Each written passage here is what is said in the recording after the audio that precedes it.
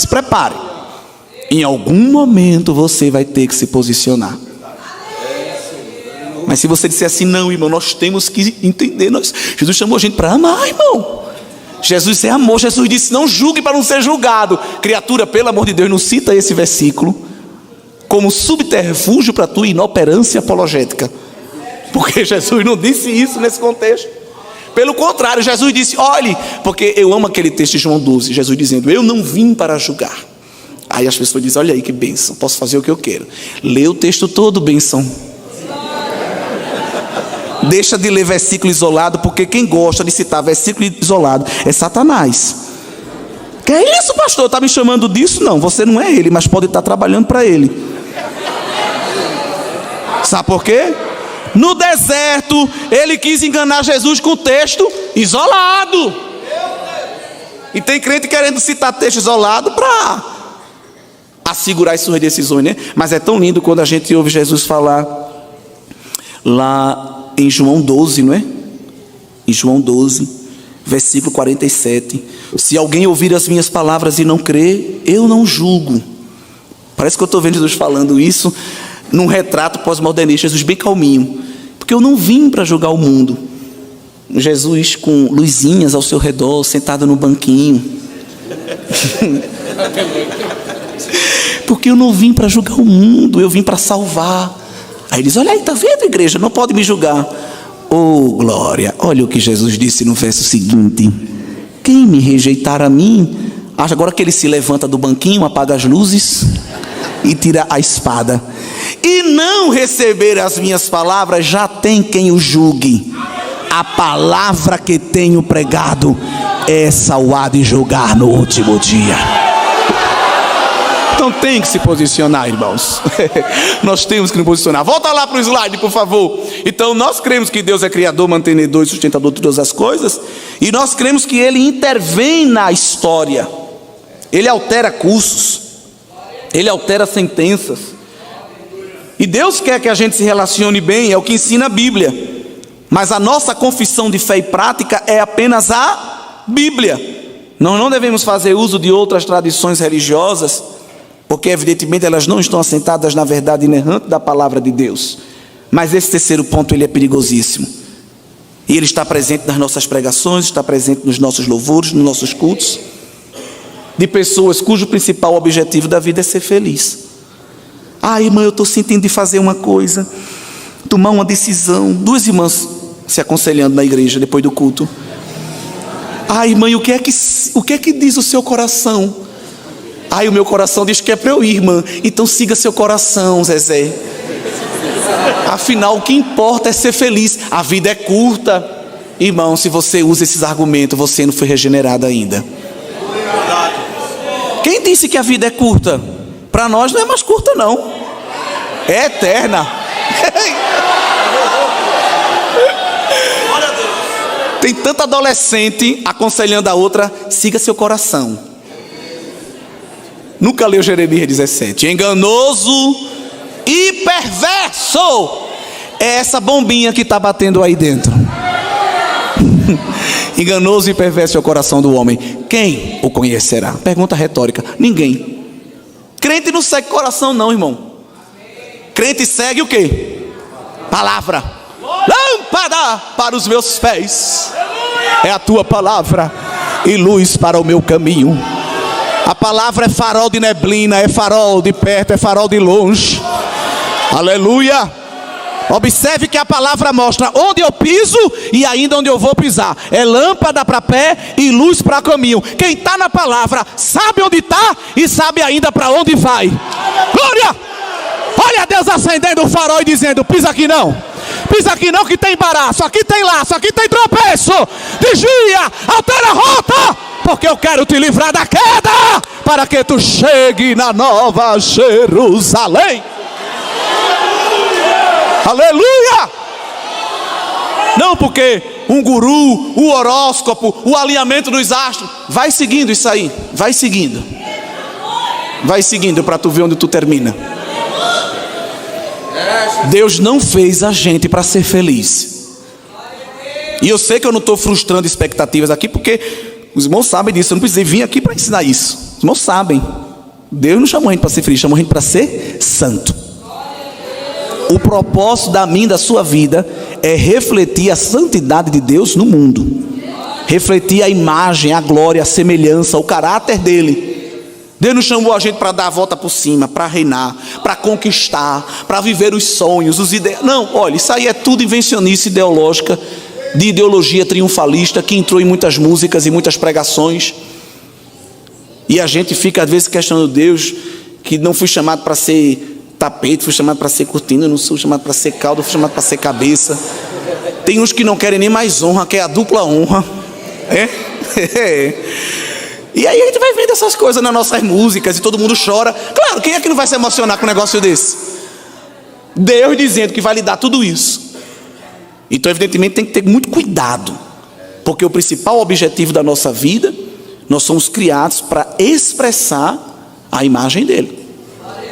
Esse texto que os irmãos escolheram de Filipenses 2, o apóstolo Paulo está dizendo isso à igreja de maneira enfática e sem arrodeio, no verso número 15. Filipenses 2 e 15. Deus não está chamando a gente para ser príncipe dele, rei disso, daquilo. Não. Ele chamou a gente para a gente ser irrepreensível, sinceros, filhos de Deus inculpáveis, no meio de uma geração corrompida e perversa, entre a qual resplandeceis como astro no mundo. Não é o brilho do popstar, né? Não, no brilho da fama. É o brilho da glória de Deus. Então esse é o padrão da minha vida, o propósito da minha vida. E se eu falho nesse propósito, eu estou falhando com o próprio Deus. Então isso, irmãos, foi assentado da psicologia freudiana, que quis tirar Deus como ser central da vida e colocar o próprio eu. Freud, e se tem psicólogo aqui, sabe que eu estou falando, e até está sendo transmitido, eu não vou nem falar, porque se não tivesse eu ia falar algo aqui que era até mais forte. Mas os irmãos sabem que a psicologia freudiana, ela termina por ajudar o império do anticristo. Eu não estou aqui desmerecendo a ciência, ela tem a sua valia. E louvado seja Deus por isso, porque foi Deus que criou a ciência, dando ao homem a inteligência. Mas a psicologia freudiana botou Deus lá no quartinho, no canto, num sótão, num escanteio, e ascendeu, elevou o meu eu subjetivo a uma posição de autoridade. É o evangelho da autoexaltação, o culto ao desejo. O que é que Freud ensina? O que é que a Bíblia ensina? Que eu tenho que matar o meu corpo, mortificar a carne, suprimir o meu desejo. O que é que a psicologia freudiana ensina? Não, você tem que botar o desejo para fora, porque o seu eu, o seu ego, a sua vontade está acima. E o evangelho é algo oposto. Então quando uma criatura está sentindo, e pergunta, irmão, o que é que eu devo fazer? O que você está sentindo, minha filha? Faça. Esse não é o caminho bíblico, porque não é o que eu estou sentindo. Aliás, o que eu estou sentindo, irmão, eu não vou nem lhe dizer, porque não agrada a Deus. Mas não é o que eu estou sentindo, é o que Ele quer de mim. Eita, glória a Deus. Hoje você não pode mais pregar o evangelho puro em certos círculos eclesiásticos. A pregação evangélica hoje se tornou a pregação da autoaceitação, o evangelho da autoaceitação. Você tem que se aceitar. Aliás, Deus tem que lhe aceitar. Ele lhe criou, Ele sabe que você é assim. Que história. Jesus disse, não, quem quiser andar do meu lado, negue-se a si mesmo. Paulo não ficou na frente do espelho dizendo, bota esse leão que está dentro de você para fora. Paulo perguntou, quem me livrará do corpo desta morte, esta carne pecaminosa, este miserável homem que sou? Deus me livra disso. E não tem como se livrar do dia para a noite, é mortificando, é matando o velho homem dia a dia, é no jejum, é na oração, é na leitura da palavra. Crente vive uma vida de morte diária, para que possa viver a vida eterna com o Senhor Jesus, por final. Mas se você não tiver cuidado, você é um deísta, moralista, terapêutico. Não, irmão, eu sou assim. E Jesus me entende. Ele me ama. E não fale mal de mim não, que Ele lhe queima. Nós até chamamos Ele, mas só chamamos Ele, como diz aí o quarto ponto, quando a gente precisa dEle. A gente toma as nossas decisões, não consulta ninguém, só os nossos sentimentos. Quando dá errado, meu pastor, homem de Deus, me aconselhe, me dê uma orientação. Mas aí você já fez tudo. Deus, Ele não quer ser chamado somente para ser resolvedor de problema. Oração não é um balcão de petição. Oração não é listinha de desejo. Não é comanda de pedido para um Deus garçom, não. Oração é relacionamento. Deus quer a gente conversando com Ele. O que foi, filho, que viesse pedir? Não, pai, eu não vim pedir nada, eu só vim ficar perto de ti. Eita glória, aleluia. Não sei como um obreiro lá conhecido nosso, que já não orava há tanto tempo, que quando dobrou o joelho para orar em casa, o filho correu perguntando se ele estava passando mal. Está doendo, pai, alguma coisa? O que foi, meu filho? Não, o senhor está orando aí de joelho, alguma dor? Não, meu filho. E há muitos de nós assim, que até Deus se surpreende. Olha, coisa boa. É claro que Deus nos surpreende, né, irmão? Isso é força da nossa linguagem. Que Deus nos guarde desse deísmo moralista terapêutico, e que Ele encontre na igreja verdadeiros adoradores que se submetem à vontade dEle, que é boa, perfeita e agradável. Ainda que eu chore, ainda que eu perca, ainda que eu sofra, mas a leve e momentânea tribulação não há de se comparar com o peso eterno de glória que há de ser revelado em nós. Glória a Deus. Passa aí para frente, querido irmão. Temos mais alguma coisa para meditar esta noite nessa escola bíblica, além desses 5 pontos. Temos que ter cuidado com esse caminho de pregação, de falso culto, cujo objetivo é melhorar a autoestima, gerar uma felicidade subjetiva e fazer com que todo mundo se relacione bem. Esses são os principais objetivos dessa religião pós-moderna, que de maneira ideológica quer adentrar sorrateiramente em nosso meio. Precisamos estar com os olhos espirituais abertos, a audição espiritual bem aguçada, para evidentemente se posicionar, porque o nosso Deus nos chamou para o evangelho do sofrimento, o evangelho da renúncia, o evangelho da autonegação. E todos os homens e mulheres de Deus aprenderam, já quando foram chamados por Cristo, que sofreriam por Ele, e que só há coroa para quem carrega cruz. Tem gente que aceita Jesus hoje e já quer a coroa da vitória, a coroa para reinar. Não, meu filho, vai chorar um pouquinho, vai sofrer, vai ser humilhado, vai ser perseguido, incompreendido, zombado, ridicularizado, maltratado, mas no final, Cristo sempre chamando: bem-aventurado, bem-aventurado, bem-aventurado. Não preciso nem mandar levantar a mão aqui esta noite. Quem está passando por problema, tem irmão que vai pedir emprestado até a mão do outro. Levanta aí por mim também, que eu tenho muitos. Mas pergunta quem está triste com Jesus. Tem alguém? Não. Quem se considera feliz em Cristo? Onde está a verdadeira felicidade? Vê se tem alguém que quer abandonar o Senhor. Não, porque quem vem a Cristo pelo que Ele é, suporta as lutas desta vida, porque está servindo ao Senhor, para ter um relacionamento com Ele, para viver com Ele, para ser como Ele é. Esse é o evangelho que nós cremos.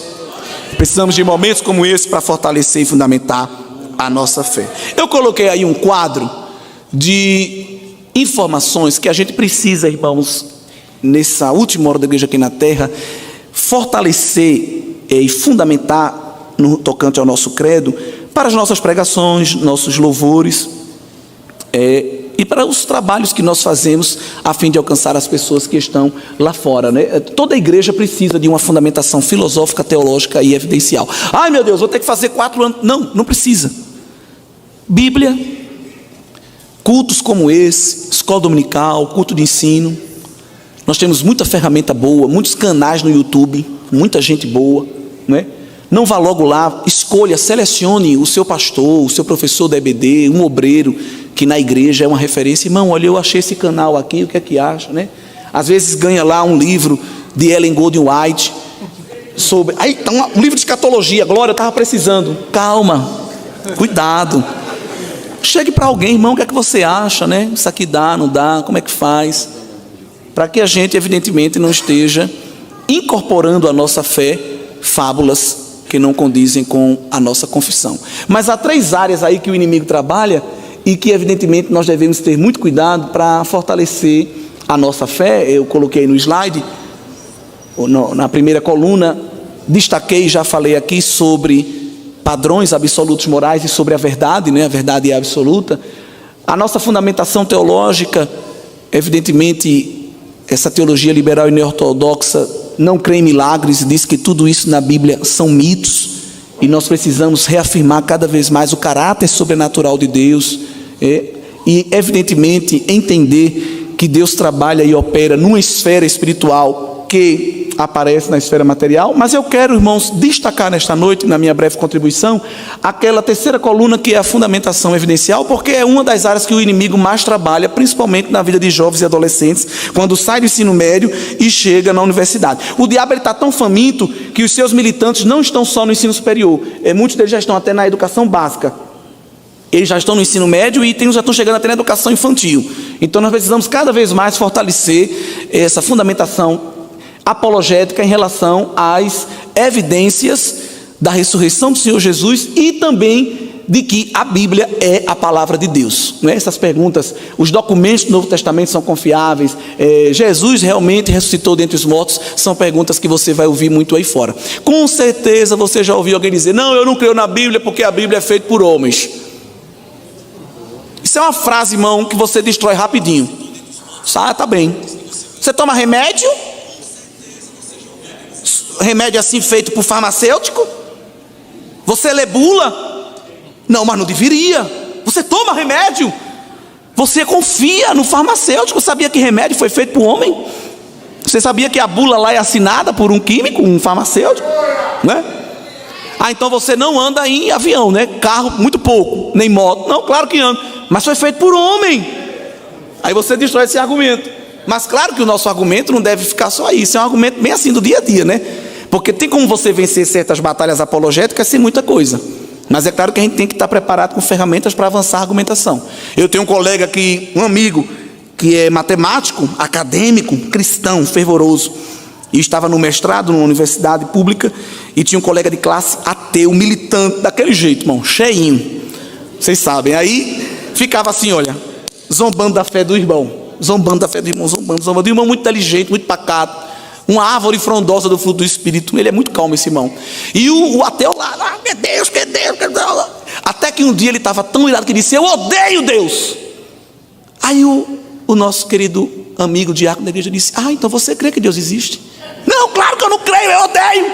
Mas como é que pode odiar uma coisa que não existe? Você tem até sentimentos em relação a Deus?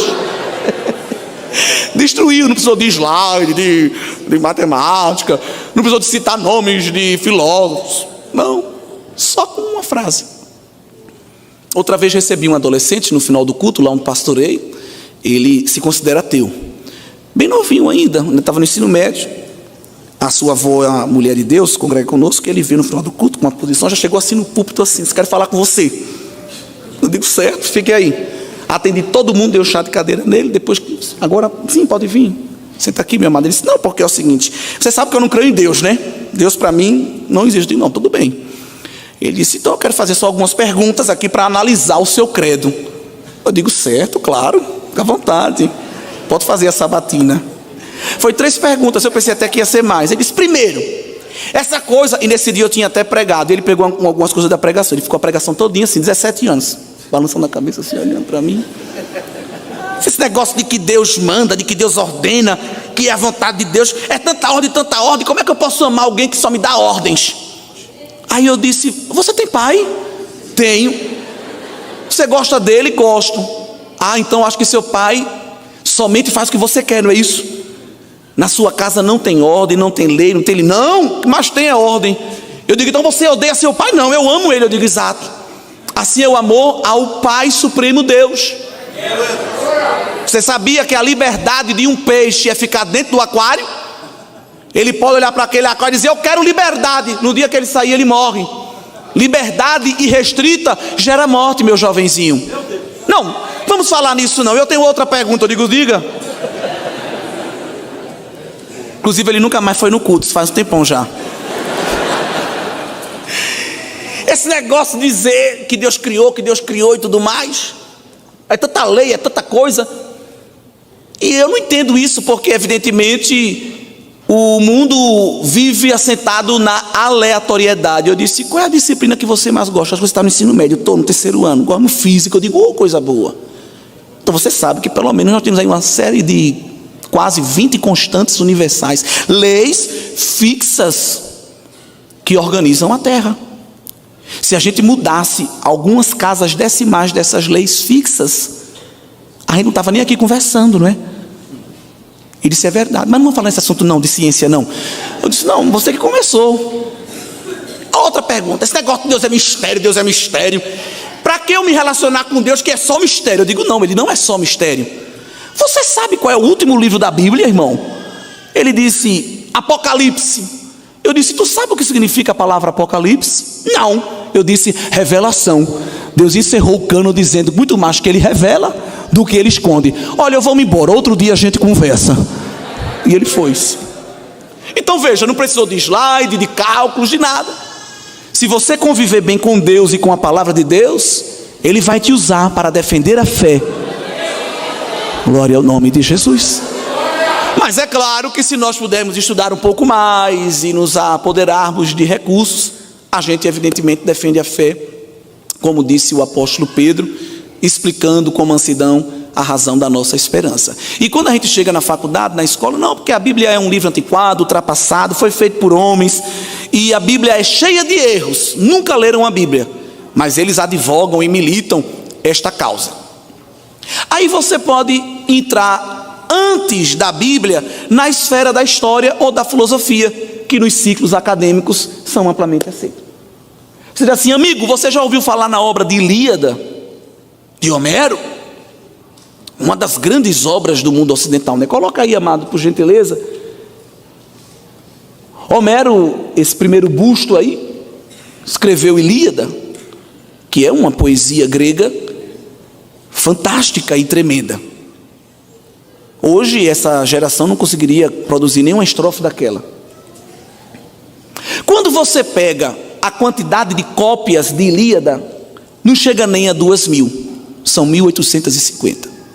E entre a cópia original, a composição original, a escrita, manuscrita original, e as primeiras cópias mais antigas, nós temos um intervalo de entre 400 e 500 anos, entre a composição original e as primeiras cópias, que naquele tempo não tinha xerox. Quando nós vamos para Platão e Aristóteles, que são reverenciados aqui no mundo ocidental, assentaram a nossa filosofia, nós temos 1000 anos de diferença entre a composição original e as primeiras cópias. Mas ninguém questiona a veracidade do que Platão e Aristóteles falou. Você já viu alguém falando na faculdade ou na escola? Não. Agora vamos para o Novo Testamento, por gentileza. Novo Testamento, eu não estou falando da Bíblia toda, só Novo Testamento. Só de manuscritos do grego, fora as outras línguas próximas, só do grego, nós temos quase 6.000 manuscritos. Se a gente for somar as outras línguas, são quase 25.000 manuscritos só do Novo Testamento. E o intervalo entre a composição original e as primeiras cópias, em torno de 50 anos. Então é mais fácil acreditar numa obra que tem 1000 anos de intervalo entre uma cópia e outra, ou uma que tem só 50 anos. Mas isso aí a Globo não mostra. Bota aí o próximo slide. Essa foto aí é um papiro de João 18, o manuscrito mais antigo do Novo Testamento encontrado. A Bíblia é cheia de erros, nunca leu. Pega aí 3 frases. Você ganhou 10 milhões de reais. Tu ganhaste 10 milhões de reais. Um irmão mineiro, 6 ganharam 10 milhões de reais. As 3 frases são iguais no tocante à mensagem, mas diferentes na composição. Se nós pegarmos a terceira frase e a segunda, elas só possuem 5 letras iguais. De 27 caracteres, a terceira frase, ela só tem 5 caracteres iguais ou 5 letras iguais à frase 2. 19% de igualdade. Mas a mensagem nas três é a mesma. Os erros que eles falam são translocações de palavras. Não, é de letras. Às vezes o escriba esqueceu de botar uma letra, ou duplicou uma letra, ou mudou uma letra de lugar, de maneira que a frase, a composição original não muda. Mas essas pessoas nunca leram e levantam a bandeira de que a Bíblia é um livro ultrapassado, cheio de erros e que evidentemente foi feito por homens. Aí nós vamos para as obras do hinduísmo, Mahabharata. Softwares pegaram esses manuscritos e compararam eles para ver o índice de precisão, 90%. Ilíada de Homero, reverenciado no mundo ocidental, 95%. Eu trago aqui só 3 eruditos de Novo Testamento, eruditos de grego, só 3, usando os mesmos softwares, encontraram 99,75%, 98,33%. Ou o A.T. Robertson, que é muito usado nas nossas faculdades, encontrou 99,99% de precisão, de igualdade em todos os manuscritos do Novo Testamento. Isso aqui não vai ter documentário na Globo, mas a gente está aqui para aprender isso. Quando o professor disser, não, a Bíblia é feita por homens. Não, a Bíblia é a palavra inspirada pelo Espírito Santo de Deus, é a revelação do Pai, é a fonte de vida, e nós cremos nela, e pregamos, e praticamos, porque encontramos nela a razão da nossa existência. Louvado seja o nome do Senhor Jesus.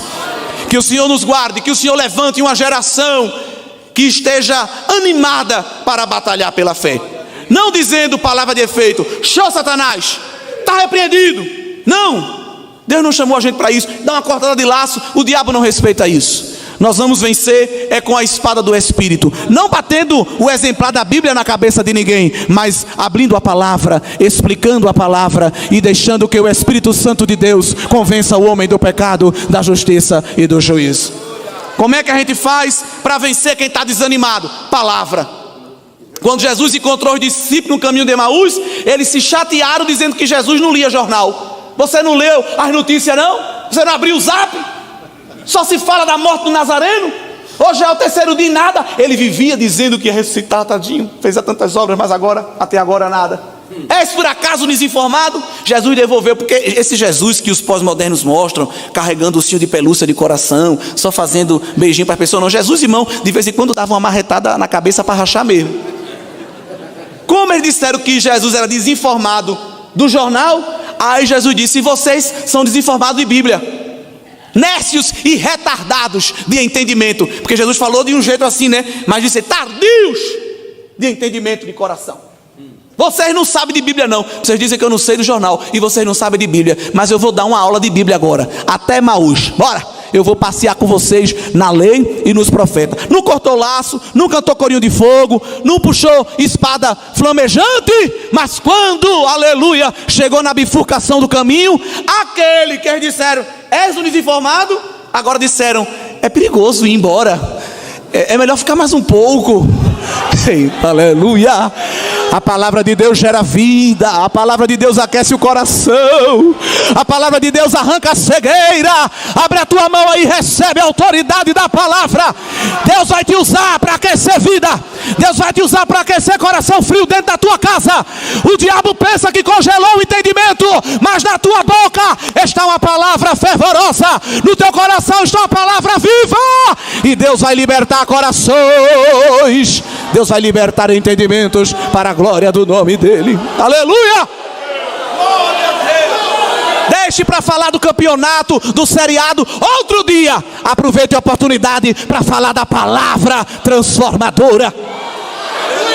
Filipe estava em casa, o Senhor mandou para ele um áudio no zap dele e uma localização.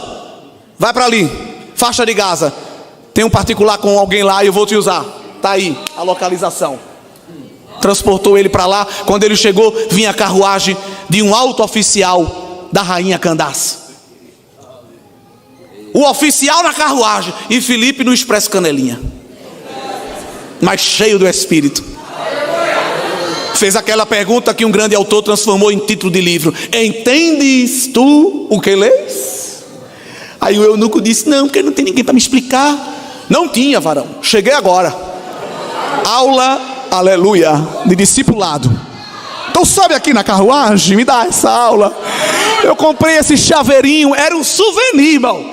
Era uma lembrancinha da viagem, mas virou lição de EBD. Eu estou lendo aqui esse mistério, não estou entendendo. Isso aí é uma profecia messiânica. Deixa eu te explicar isso aí. O profeta falou e Deus cumpriu, aleluia. É Jesus. A conversa foi tão boa que gerou um efeito, porque hoje o irmão vem para a EBD, vem para a doutrina, faz o discipulado, refaz. Aí você, depois de 20 anos, irmão, quer se batizar. Eu não estou preparado ainda.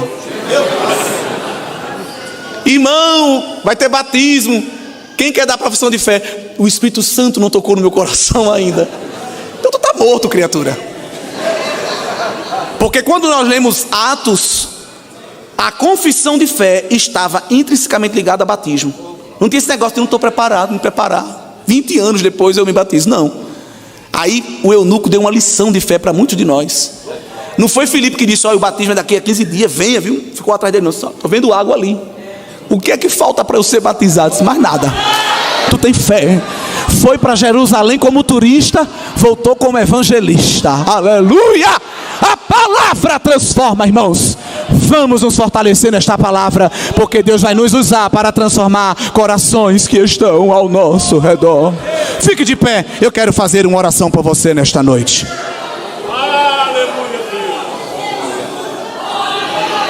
Aleluia.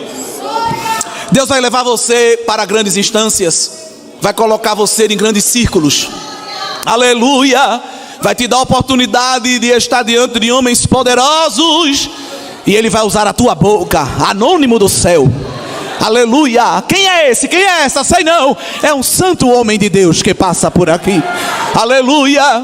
Fecha os teus olhos, Senhor Deus e Pai, obrigado por esta noite. Nós estamos no teu quartel-general, recebendo a munição da palavra, recebendo as ferramentas do teu Espírito. Tu sabes das guerras travadas, tu sabes das lutas reídas, das pelejas tremendas, de alguém, Deus, que está nas trincheiras da fé, sendo zombado, ridicularizado, às vezes até hostilizado, mas tu prometeste que estaria conosco todos os dias. Tu prometeste que o teu Espírito nos ensinaria o que haveríamos de falar.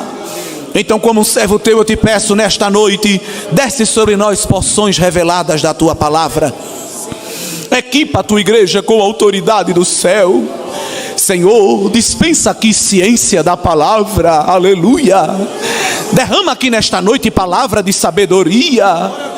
Senhor, tu tens nos dado inteligência, tem nos dado internet e banda larga, tem nos dado, Senhor, canais sociais, mas nós queremos poder do teu Espírito. Sobre a Xarabadara, sobre a Minaia. Nós queremos, Senhor, intrepidez da palavra. Nós queremos o espírito de ousadia que Paulo disse que Timóteo tinha. Derrama agora uma ousadia do céu.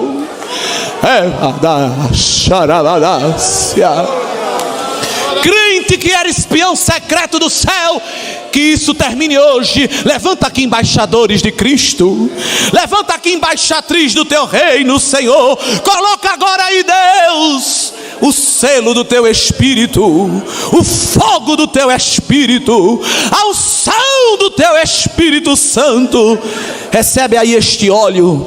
Deus está levantando o teu ministério, o teu chamado. Deus está levantando você como uma voz para esta nação, uma voz para o teu bairro, uma voz para a tua parentela. Nabucodonosor pensava que ia reinar, mas chegou um Daniel lá dentro para arvorar a bandeira do Deus El Shaddai. Recebe aí Espírito de Deus, recebe aí graça, recebe aí a operação sobrenatural do Senhor que está descendo sobre a igreja. O Senhor vai te dar graça para vencer. O Senhor vai te dar autoridade para repreender o mal que vem sorrateiro. Olha Deus te dando discernimento. O mal que vem perspicaz, mas com astúcia. Olha Deus te dando sabedoria. Olha Deus quebrando as arapucas e as armadilhas ideológicas que quiseram entrar na tua mente.